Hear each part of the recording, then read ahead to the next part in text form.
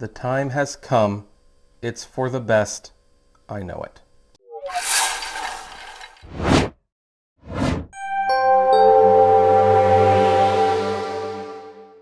Hey everyone, this is Kevin the Apptrepreneur. Welcome to my channel. Thank you for joining. And do you like the hat? Do you like the hat? It's not my hat. It's Katie's hat, which was gifted to her by our subscriber and, well, very good friend at this point, Dark Road Run. So thank you, Dark Road Run. Check out his channel if you haven't. He does a lot of live streams, some tributes, and hey, whenever I show up in the live stream, it instantly prompts him to play Sydney Forrest's Kiki Delivery Service soundtrack. So I guess that's become like a kind of running in joke. So anyway, why am I wearing Pikachu cap instead of my usual beanie? Well, there's obviously a reason for that. And that is because I have thought long and hard. Now, it shouldn't have taken this long and hard to think about, but it did because, you know, we get attached to things, we get sentimental about things that really hold no value to us anymore, but, you know, we kind of remember the good times with them, and that's kind of why we all become mini hoarders. I have some hoarding tendencies. I know this because every time I watch the Hoarder show, it instantly prompts me to clean the house. Not that it ever gets that bad, but it prompts me to clean the house and start throwing things away. And yet, I still have such a long way to go before I actually get rid of things that really hold no more practical value. And one of the things that holds no more practical value are my Pokemon cards. Now, this looks like a baseball cards binder. For those of you who don't know what this is, back in the 90s, 80s, 70s, 60s, I'm not that old, but you know, I'm getting up there now, you would collect baseball cards, and you would want to get the best players, the Ken Griffey Jr.'s, the Michael Jordans, the Larry Birds. I know those last two are basketball, I think. I don't know. I was never a big sports person. And that's evidence because even though I've had this since 1992, there were never baseball cards that were put in here. There were never basketball cards. There was never any sports cards. There were Pokemon cards, and you can see several of these are blank, but there's still a fair amount of Pokemon cards in there. This is where I kept a massive collection of Pokemon cards. Now you might be wondering, why are some of these blank? And that's kind of by design. Now the first reason some of them might be blank is because all the cards have like a little number in the corner, which I will post up there, and that number, I would put the cards in that number, and the empty sleeves, those were to be filled in later on until I had the complete collection. I don't know if I ever actually got a full set of Pokemon cards of any of the expansions or the original, but I sure as heck gave it a try. Now, when you bought the Pokemon cards in 1999, or maybe it was 2000, I honestly kind of forgot when the trading cards came out, because Pokemon was a smash hit and Pokemania was so big that it was actually on the cover of Time magazine, the Pokemon cards were instant hits. Everybody bought them, and you bought them for one of three reasons. One, to play the game. Two, to collect them. And three, everyone else was buying them, so you might as well buy them too. Personally, I fell in that first category. Pokemon, even though this is kind of silly to say out loud, even though some people might not necessarily get it, Pokemon was kind of a savior franchise for me. Big shock, did not have a lot of friends growing up, did not socialize very much, didn't matter whether it was at school, church, what have you. I was left alone playing with my, you know, Magic of the Gathering cards, my Game Boy, and I don't play Magic of the Gathering anymore. I actually never really could find anyone to play with. I just liked the card designs. My comic books, I was by myself, and I didn't really socialize that much. But once Pokemon came out, Pokemon was so big. I was actually one of the first people I remember who got the game on Game Boy. I could, of course, only afford one. That was the red cartridge. But then there were other people at school who had the blue cartridges, and they wanted to trade. So I would actually make trades with people. Thus, I actually made friends with people. And so Pokemon really was a gateway social thing for me. For some people, it was a show. For some people, it was a game. For me, it was a way to actually connect with my peers and have something in common And then the little fat stuttering kid all of a sudden had friends. Now, I don't want to like diss the friends that I did have. You know, you had Zach and David and Isaiah. You know, you had people who were definitely friends, but I was not what you would call a popular kid. And Pokemon, while not making me popular by any stretch of the imagination, well, Pokemon kind of gave me a way to talk to people that I otherwise would not have talked to. And so now we are here years later. I still have these Pokemon cards. They meant a lot to me as a kid, but they have sat in this book, not being used, not being played with, and I have come to the decision to finally sell that collection. And we're going to talk about why I'm going to sell those cards. But before we do, if this is your first time here and you happen to like this video so far, please do me a favor, hit that subscribe button and smash that like, and leave a comment for potential future topics you would like to see on this channel. And for those of you who are already subscribed, I thank you very much for returning. So here's the deal. Remember how I said there were like 3 reasons you would buy Pokemon cards, and the first was to play the game with other people? But the second reason was you were going to buy them for value. And that's because Pokemon cards, just as instantly as they became popular, instantly started to have value. Wizards of the Coast, who published the cards in America, also published like Dungeons and Dragons and Magic of the Gathering. They have been around the block a few times. They knew how to sell a card product. They knew what to do to make it popular. So you would start seeing special things that would make certain cards become more rare and thus more popular. For starters, the first set that would go out to stores, these cards would have a first edition stamp on it, meaning that this was one of the very first printings of the card game. And if you had a card that had a first edition stamp, it didn't even matter if it was a common or a rare, it was instantly more valuable. If it was a rare card, then you were really in good shape. But there was more than just the red cards. There was the hologram rare cards. You see, Pokemon had 3 symbols. You had like a circle for common, a triangle for uncommon, and then you would have the star for rare. Each pack would have at least 1 star. You know, at least that's what they said. I have heard horror stories of some kids who bought packs of Pokemon cards and got nothing but energy cards and thus cried like you would not believe it. They cried more than a newborn baby being denied a piece of candy at Walmart. But these rare cards could be extra rare because some of them might be holographic, kind of like how certain baseball trading cards had chaser cards, which were the exact same card as a regular card, except it had like a holographic strip or something on it. So too did the Pokemon cards have their version of the chaser card. So if you got one of these things, they were extremely rare, at least compared to most kids' allowances and their chances of actually getting one, and they were very highly coveted. I saw one kid bring in a holographic Alakazam to school one day, and he managed to trade it to one kid for 25 other cards, just for that one card. And I watched this with kind of amazement because I realized it was turning all of his kids into little grifter gangsters, except with Pokemon cards. And you had to be there. It was a very interesting time to be alive.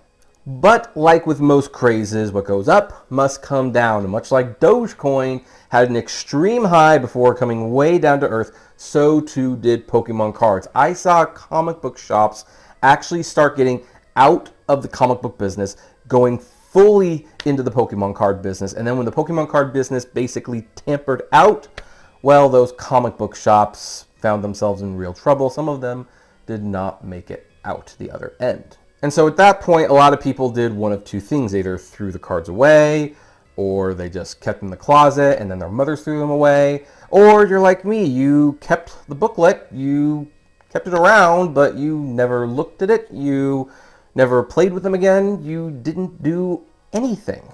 And most of us kind of had the same thought. Well, that was probably a waste of money. And I want to stress, I never, ever went out and bought just a card. My cards always came in a booster pack, or it came with a movie ticket, or it came with a McDonald's Happy Meal. I was one of those cheap people. Well, it's not that I was cheap. I had anime and video games and comic books as hobbies. I did not need another expensive hobby where I was hunting down rare things. I always just took my chance with the packs. I still got some really good cards that way and through old-fashioned trading, but I was never one of these people who went out and paid $300 for a Charizard card. Interestingly, while never going out of my way to buy a Charizard card, I have a Charizard card, a holographic Charizard card. I actually got it in a pack of cards I bought. I was the talk of the town. And of course, it's not in nearly the good condition it was. You can probably see there's some scratches here.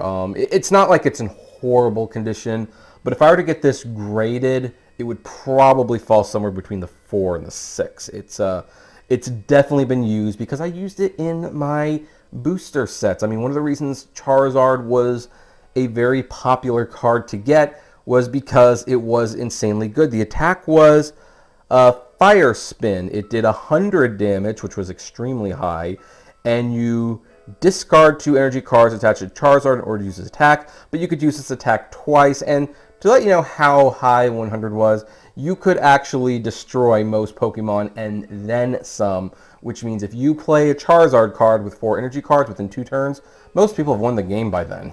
I also did have an Alakazam, a Clefairy, we have a Gyarados here. These are all holograms.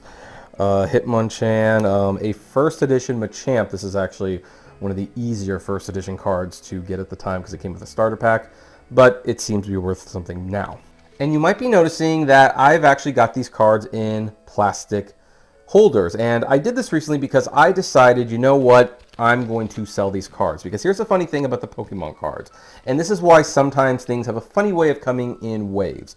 When these things started coming out, they were worth boku money. You saw adults buying Pokemon trading card packs hoping to get these rare holographic cards to turn around and sell them on eBay. But of course, at some point, the Pokemon bubble kind of burst, and Pokemon kind of went away for a while. It didn't ever completely go away. That was probably the smartest thing Nintendo did, is they never actually stopped making the anime. They never stopped making the games. It just wasn't as big of a thing at one point. But when it was not as big of a thing, most people felt like their time to collect the rewards on these things had come and gone. They tossed the cards. A lot of these are probably in landfill somewhere.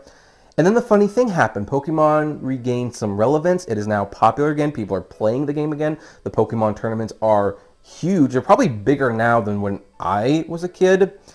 And all those cards that got thrown away, well, that makes a lot of these much, much more rare. And prices are going up again as a result. And so this is where I, as an entrepreneur, as a eBay and Mercari store owner, have to really stop and look at the situation pragmatically.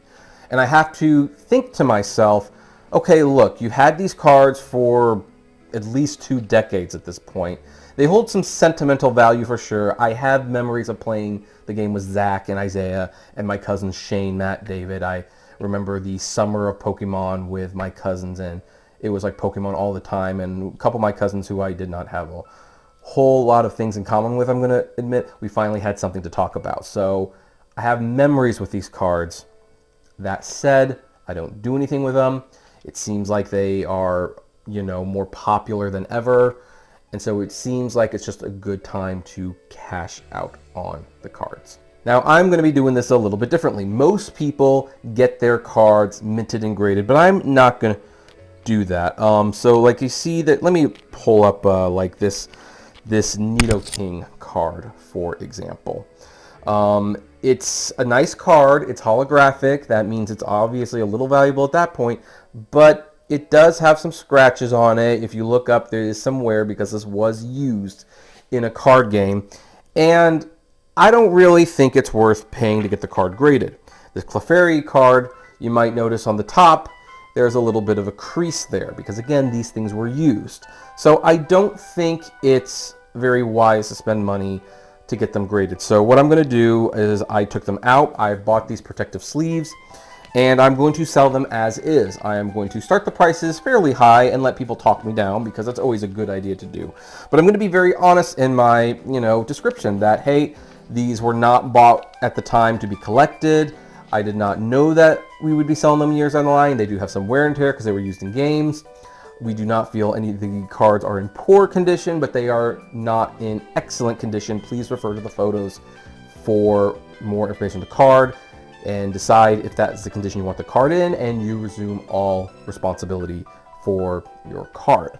Basically, that means that if you buy the card and you get it and you're like, it's not in mint condition, I never claimed it was in mint condition, and you looked at the pictures, you decided you wanted it, you bought it, or you made an offer, therefore it's yours now. There are a few exceptions to this rule though. For example, I have here Dark Dugtrio, Dark Golbat, I have a Dark Gyarados pre-release card, that little stamp right there.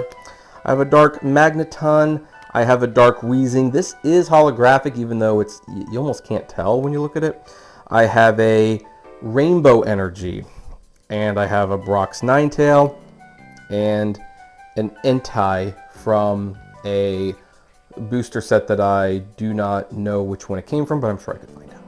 For those of you who are Pokemon fans out there, you might notice most of these cards are coming from the Team Rocket and the Gym Leaders expansion packs. And there's a reason I have singled these cards out. That was kind of like one of my transition periods, is when those sets came out. I had more or less stopped watching the show on a weekly basis. Those Johto episodes are really hard to get through, to be perfectly honest.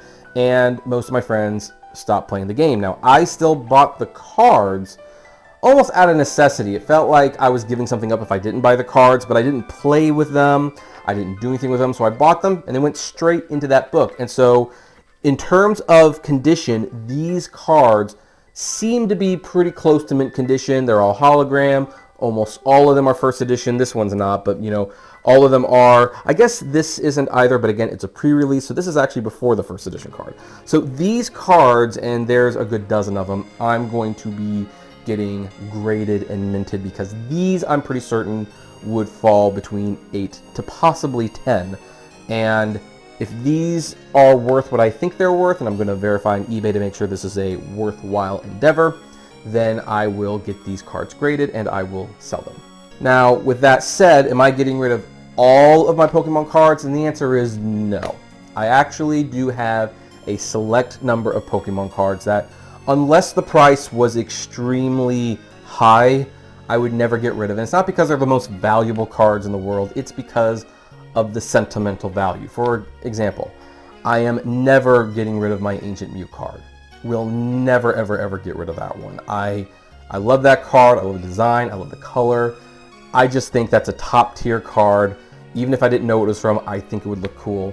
I don't want to get rid of that card. For that matter, I will not be getting rid of any of my Pokemon promo cards unless I have the duplicate of it. And the Pokemon promo cards are pretty much exactly what they sound. They were given away at events or with certain items, and so they didn't come in the booster packs. Like, for example, there's a set of Pokemon cards that have Pokemon the first movie stamped on the cards.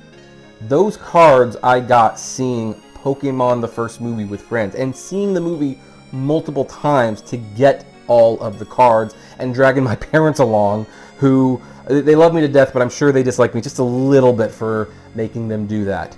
And so those cards represent memories that I really cherish, and so I will not be getting rid of those cards.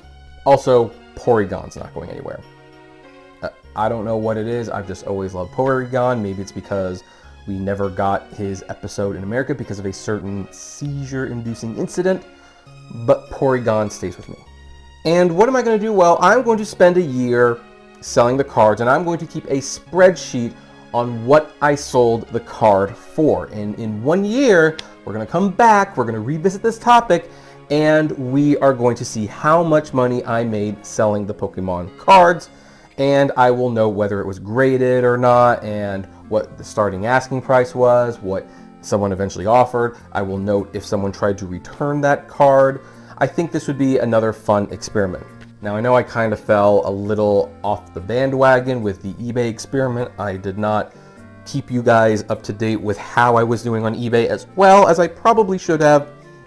But for the record, I've got no complaints. Like, no complaints whatsoever. I've done very well on eBay this year. However, that brings us to the end of this video, and I would like to ask you viewers a question. What do you think of these cards? Did you ever buy them? Did you ever play them? When did you start? When did you stop? Did you ever sell any? What was the most you got for a card, and what one was it? I would love to know. Comment below, like, favorite, share, subscribe, and also one more thing for those of you who have stuck around to the very end. If you happen to know what the opening video reference was to, well, be the first to mention it in the comments, and I may just have a prize for you.